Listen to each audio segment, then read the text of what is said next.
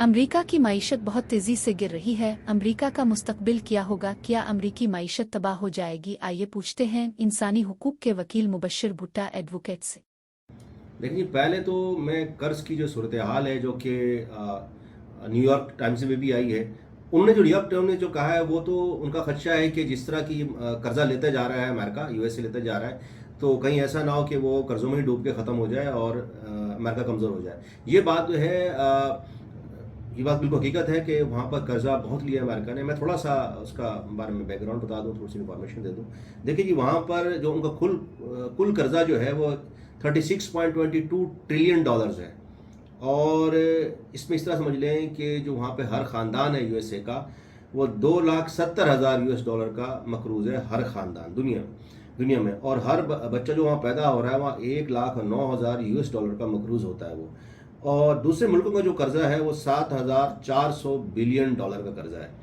और जनवरी से 2025 तक जो है, आप ये जो 2025 से जनवरी 2025 से जून 2025 तक जो आदत शुमार हैं उसके मुताबिक 1 लाख मिलियन डॉलर हर घंटे कर्ज लिया है यूएसए ने। और यही आसरा लगा रहे हैं कि यानी कि हर घंटे जो 55 अरब रुपए का कर्ज लिया गया है, अमेरिका ने लिया है इस जनवरी से जून 2025 तक।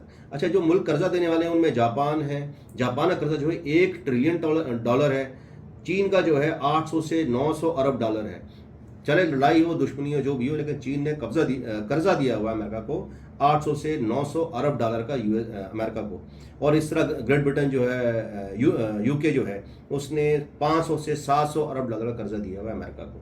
और इसके अलावा जो कर्जा देने वाले मुल्क में उसमें लग्जमबर्ग भी है, स्विट्ज़रलैंड भी है, बेल्जियम, बरमूदा, सऊदी अरब, ताइवान वगैरह भी जो है ममालिक में शामिल है। लेकिन जो मैंने स्टडी की है, जिस मुल्क के अंदर अदलिया मजबूत होती है उस मुल्क को कुछ नहीं होने वाला।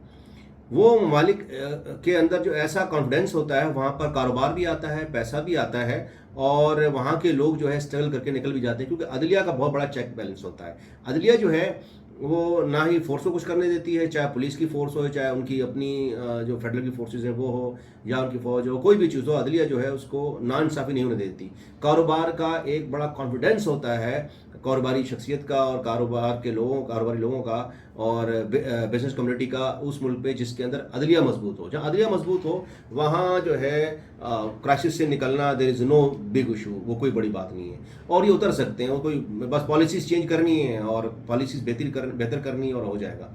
जिस मुल्क में अदलिया मजबूत हो, आप ये देखें कि जो फैसले ट्रंप साहब ने किए थे, प्रेसिडेंट ट्रंप ने किए थे यूएसए के,